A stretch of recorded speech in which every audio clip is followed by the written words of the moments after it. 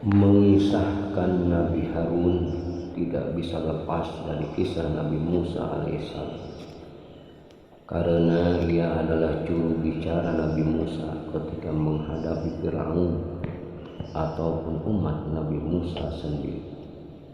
Kisahnya dimulai ketika Nabi Musa berhasil membawa umatnya keluar dari Mesir dan selamat dari kejaran Firaun yang ingin membunuh mereka. Kini tibalah saatnya bagi Nabi Musa untuk menerima wahyu dari Allah. Ia memerintahkan Nabi Harun agar menjaga umatnya, jangan sampai mereka kufur. Lalu Nabi Musa naik ke gunung Tur Sina untuk berkhalwat dan berpuasa selama 40 hari. Di atas gunung Nabi Musa kemudian memohon kepada Allah, "Ya Allah, dapatkah aku melihat Engkau?" Allah berfirman, "Engkau tidak akan sanggup melihatku, tetapi cobalah lihat bukit itu. Jika ia tetap berdiri tegak di tempatnya, maka kau akan dapat melihat." Lalu Nabi Musa menoleh ke arah bukit atau gunung yang dimaksud. Seketika gunung yang dilihat hancur lumpuh tanpa meninggalkan bekas, masuk ke dalam perut bumi. Nabi Musa berterbanyak, gemetar seluruh tubuhnya dan jatuh pingsan. Setelah sadar, ia bertasbih dan bertahlil seraya memohon ampun atas kelancangannya. "Maha besar Engkau, wahai Allah, ampunilah aku dan terimalah taubatku, dan aku akan menjadi orang pertama yang beriman kepadamu." Selanjutnya Allah menurunkan kitab Taurat yang berupa kepingan batu. Di dalamnya tertulis pedoman hidup dan penuntun beribadah kepada Allah Subhanahu wa Ta'ala. Ketika Nabi Musa turun dari bukit Tur Sina, ia terkejut. Kaumnya telah tersesat. Mereka berpesta pora dan menyembah patung anak sapi yang terbuat dari emas. Nabi Musa menegur saudaranya yaitu Harun yang telah dititipi agar menjaga umatnya. Nabi Harun berkata bahwa ia sudah memperingatkan mereka, namun mereka tak menganggapnya sebelah mata. Nabi Harun dianggap orang yang lemah. Setelah diselidiki, ternyata Samiri, orang yang mengajak orang-orang itu membuat patung anak sapi dan menyembahnya. Nabi Musa marah sekali. Samiri diusir, tidak boleh bergaul dengan masyarakat, sebab Samiri terkena kutukan. Jika ia disentuh atau menyentuh manusia, maka badannya akan menjadi demam panas. Itulah siksa di dunia. Adapun nanti di akhirat, ia akan dimasukkan ke dalam neraka. Kemudian Nabi Musa memerintah kaumnya yang telah tersesat menyembah patung anak sapi supaya bertaubat kepada Allah dengan sebenar-benarnya taubat. 70 orang di antara kaumnya diajak ke bukit Tur Sina. Mereka adalah orang-orang terbaik. Diajak Nabi Musa untuk memohonkan ampun buat kaumnya yang berdosa. Setibanya di atas bukit, datanglah awan tebal yang meliputi seluruh bukit. Nabi Musa dan kaumnya masuk ke dalam awan itu, dan mereka segera bersujud. Selagi bersujud itu, mereka mendengar percakapan Nabi Musa dengan Tuhannya. Pada saat itu timbullah keinginan di benak mereka untuk melihat Allah. Setelah Nabi Musa selesai bercakap dengan Allah, mereka berkata kepada Nabi Musa, "Kami tidak akan beriman kepadamu sebelum kami dapat melihat Allah dengan terang." Sebagai jawaban kontan atas kelancangan mereka itu, Allah mengirimkan halilintar yang menyambar dan merenggut nyawa mereka sekali. Nabi Musa sedih melihat nasib kelompok 70 itu. Mereka adalah orang-orang terbaik yang dikumpulkan dari kaum. Dia memohon pada Allah agar mereka diampuni dosanya dan dihidupkan kembali lagi. Allah mengabulkan doanya. 70 orang yang sudah mati itu dihidupkan lagi. Nabi Musa kemudian menyuruh orang-orang itu bersumpah untuk berpegang teguh dengan kitab Taurat sebagai pedoman hidup, melaksanakan perintahnya dan menjauhi larangannya. Ada 10 firman Allah yang tersebut di dalam kitab Taurat. 1. Tidak ada Tuhan selain Allah, jangan menyembah selain Allah. 2. Jangan menyekutukan Allah dengan apapun. 3. Jangan bersumpah dengan nama Allah secara sembarangan. 4. Rayakan hari Sabat, hormati sebagai hari suci. 5. Hormati ayah dan ibumu. 6. Jangan membunuh. 7. Jangan berzina. 8. Jangan mencuri. 9. Jangan memberikan kesaksian palsu. 10. Jangan menginginkan kepunyaan orang lain, baik rumah, istri, dan harta bendanya. Sesudah Nabi Harun dan Nabi Musa wafat, kaum Bani Israel dipimpin oleh Yusya bin Nun. Kepemimpinan Yusya bin Nun itu mereka dapat menguasai tanah Palestina yang bertempat tinggal di istana. Namun setelah Yusya bin Nun meninggal, mereka terpecah belah.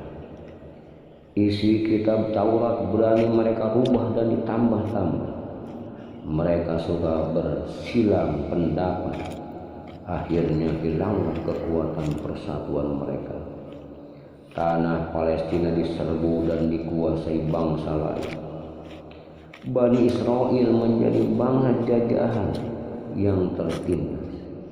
Mereka merindukan datangnya seorang pemimpin yang tegas dan gagah berani untuk berperang melawan penjajah. Pada suatu hari, mereka pergi menemui Nabi Samuel untuk minta petunjuk. "Wahai Samuel," kata mereka, "angkatlah salah seorang di antara kami sebagai raja yang akan memimpin kita berperang melawan penjajah. Aku khawatir bila suatu mendapat pemimpin yang dipilih Allah, kalian justru tidak mau berangkat berperang," kata Nabi Samuel. "Kita sudah lama menjadi bangsa tertindas," kata mereka. "Kita tidak mau menderita lebih lama lagi. Kita harus menegakkan agama Allah." Karena didesak oleh kaumnya, Nabi Samuel kemudian berdoa kepada Allah. Doanya dikabulkan dan Tolut diangkat sebagai raja yang memimpin mereka. Begitu nama Tolut diucapkan oleh Nabi Samuel, mereka justru menolak karena nama Tolut tidak begitu dikenal. Ia hanya seorang petani biasa, malah bisa digolongkan orang miskin. Nabi Samuel kemudian menjelaskan bahwa walaupun Tolut itu petani, namun ia pandai strategi perang. Tubuhnya kekar dan kuat dan pandai ilmu tata negara. Akhirnya mereka mau menerima Tolut sebagai raja mereka. Tolut mengajak orang-orang yang tak punya ikatan rumah tangga dan perdagangan ke medan perang. Dengan memilih orang-orang terbaik itu, ia berharap mereka dapat memusatkan diri pada pertempuran dan tak menghiraukan lagi urusan rumah tangga dan perdagangan. Salah seorang anak muda yang ikut dalam barisan Tolut adalah seorang remaja bernama Daud. Ia diperintah ayahnya untuk menyertai kedua kakaknya yang maju ke medan perang. Daud tidak diperkenankan maju ke garis depan. Ia hanya disuruh melayani kedua kakak. Tempatnya di garis belakang. Jika kakaknya lapar atau haus, dialah yang melayani dan menyiapkannya. Tentara Tolut sebenarnya tidak seberapa banyak. Jauh lebih besar dan lebih banyak tentara Jalut yang sang penindak. Jalut sendiri adalah seorang panglima perang yang betul besar seperti raksasa. Setiap orang yang berhadapan dengannya selalu binasa. Tentara Tolut gemetar saat melihat keperkasaan musuh-musuhnya itu. Demi melihat tentaranya ketakutan, Tolut berdoa kepada Allah. Ya Tuhan kami, curahkanlah kesabaran atas diri kami, dan kokohkanlah pendirian kami, dan tolonglah kami terhadap orang-orang kafir. Maka dengan kekuatan doa itu mereka menyerbu tentara Jalut. Mereka bertempur dengan gagah berani. Tentara Jalut tak mengira lawan yang berjumlah sedikit mempunyai keberanian bagaikan singa terluka. Akhirnya Jalut dapat diporak-porandakan dan lari cerai-berai. Tinggal Jalut sang panglima dan beberapa pengawalnya yang masih tersisa. Tolut dan pengikutnya tak berani berhadapan dengan raksasa itu. Lalu diumumkannya oleh Tolut bahwa siapa yang dapat membunuh Jalut, maka ia akan diambil sebagai menantu. Tak disangka dan diduga Daud yang masih berusia remaja tampil ke depan, minta izin kepada Tolut untuk menghadapi Jalut.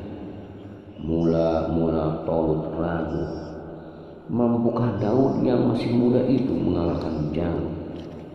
Namun setelah didesak oleh Daud yang mengizinkan anak muda itu maju ke medan perang. Dari kejauhan Tolut melihat sepak terjang Daud yang menantang Jalut. Jalut memang sombong. Ia telah berteriak berkali-kali menantang orang-orang Israel untuk berperang tanding. Ia juga mengajak bangsa Israel sebagai bangsa pengecut dan hinaan-hinaan lainnya yang menyakitkan hati.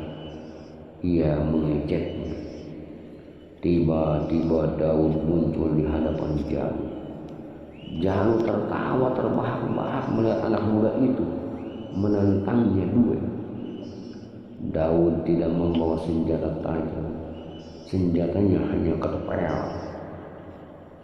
Berkali-kali Jalut melayangkan pedangnya untuk membunuh Daud, namun Daud dapat menghindar dengan gesit. Pada suatu kesempatan, Daud berhasil melayangkan peluru batu ketepelnya tepat di antara kedua mata Jalut.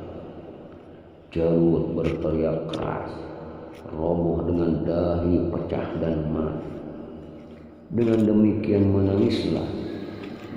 demikian menanglah pasukan Tolut melawan Jalut. Daud diangkat sebagai menantu Raja Tolut, dijodohkan dengan anak Tolut yang bernama Mikhyar. Di samping menjadi menantu raja, Daud juga diangkat sebagai penasehat. Ia dihormati semua orang. Bahkan rakyatnya seolah lebih menghormati Daud daripada Tolut. Hal ini membuat Tolut iri hati. Ia berusaha mencelakakan Daud ke medan perang yang sulit. Daud ditugaskan membasmi musuh yang jauh lebih kuat dan besar jumlah. Namun Daud justru memenangkan pertempuran itu dan kembali ke istana dengan disambut luapan kegembiraan rakyat. Tolut masih merasa iri dan semakin merasa iri. dan sakit hati atas kepopuleran Daud di mata masyarakat atau rakyatnya. Ia terus mencoba membunuh dan menyingkirkan Daud dengan berbagai cara, namun selalu menemui kegagalan. Daud dilindungi Allah Subhanahu wa Ta'ala. Akhirnya terjadilah perang terbuka. Dalam peperangan itu Talut tewas. Setelah Talut mati dan putra mahkotanya juga mati dalam pertempuran melawan orang-orang yang berpihak kepada Daud, maka Daud diangkat sebagai raja Israel. Nabi Daud diistimewakan Allah, yaitu dengan ditundukkannya gunung-gunung supaya bertasbih memuji Allah bersama Nabi Daud pada waktu pagi, siang, dan malam. Demikian pula burung-burung telah ditundukkan kepada Daud untuk berkumpul memuji Allah bersama Daud. Nabi Daud membagi hari-harinya menjadi 4 bagian. Sehari untuk beribadah, sehari menjadi hakim, sehari untuk memberikan pengajaran, dan sehari lagi untuk kepentingan pribadi. Nabi Daud suka berpuasa. Beliau puasa sehari dan berbuka sehari. Jadi setiap sehari puasa dan sehari tidak. Para nabi adalah manusia yang menjadi contoh teladan. Jika ia bermasalah maka Allah segera memperingatkannya. Dengan demikian pula halnya dengan Nabi Daud. Ia mempunyai istri 99 orang. Memang pada masa itu tidak ada pembatasan bagi seorang lelaki untuk memiliki beberapa orang istri, terlebih bagi seorang raja. Nabi Daud ingin menggenapkan jumlah istrinya menjadi 100 orang. Pada suatu hari datanglah 2 orang lelaki mengadu kepada Nabi Daud. Saudaraku ini mempunyai kambing 99 ekor, sedang aku hanya memiliki 1 ekor. Tetapi ia menuntut dan mendesakku agar kambingku yang hanya 1 ekor itu kuserahkan kepadanya, supaya kambingnya genap 100 ekor. Ia membawa berbagai alasan yang tak bisa kubantah karena aku tak pandai berdebat. Benarkah ucapan saudaramu itu? Tanya Nabi Daud kepada pria lain. Benar, jawab pria. Jika demikian halnya, kata Daud dengan marah, maka saudaramu telah berbuat jodoh. Aku tidak akan membiarkanmu meneruskan perbuatanmu yang semena-mena itu, atau engkau akan mendapat hukuman pukulan pada wajah dan hidung. Hei Daud, kata lelaki, sebenarnya engkaulah yang pantas mendapat hukuman yang kau ancamkan kepadaku. Bukankah engkau telah mempunyai 99 istri? Tetapi kenapa engkau masih menyuting lagi seorang gadis yang sudah bertunangan dan pemuda yang menjadi anggota tentaramu sendiri? Padahal pemuda itu setia dan berbakti kepadamu. Nabi Daud tercengang mendengar ucapan pria yang tegas dan berani. Ia berpikir keras, siapakah sesungguhnya kedua pria yang baru itu? Mendadak kedua pria itu hilang lenyap tanpa bekas. Tahulah Nabi Daud bahwa ia telah diperingatkan Allah melalui malaikatnya. Ia segera bertobat dan memohon ampun kepada Allah, dan Allah menerima taubatnya. Di antaranya yaitu besi dapat dilunakkan seperti lilin dan dapat dirubah sekehendaknya tanpa memakai api atau alat apapun. Dari besi itu pula ia dapat membuat baju besi yang dikokohkan dengan tenungan dan bulatan-bulatan rantai yang berkesinambungan jalin menjalin. Jenis baju ini membuat pemakaiannya bebas bergerak, tidak kaku seperti baju besi yang dibuat dari besi lembar. Nabi Daud juga dikarunia suara yang sangat merdu sekali, Sedang kitab yang diturunkan kepada Nabi Daud namanya adalah kitab Zabur, yang berisikan pelajaran, peringatan, dan nyanyian pujian kepada Allah Subhanahu wa Ta'ala. Itulah mukjizat Nabi Daud. Pada suatu hari berjangkitlah penyakit kolera di wilayah kerajaan yang dikuasai Daud. Banyak rakyat yang mati karena penyakit ini. Nabi Daud kemudian berdoa kepada Allah, maka hilanglah penyakit itu. Untuk menunjukkan rasa syukurnya kepada Allah, maka Nabi Daud mengajak putranya yaitu Sulaiman untuk membangun tempat suci, yaitu Baitul Maqdis. Wallahu a'lam bishawab.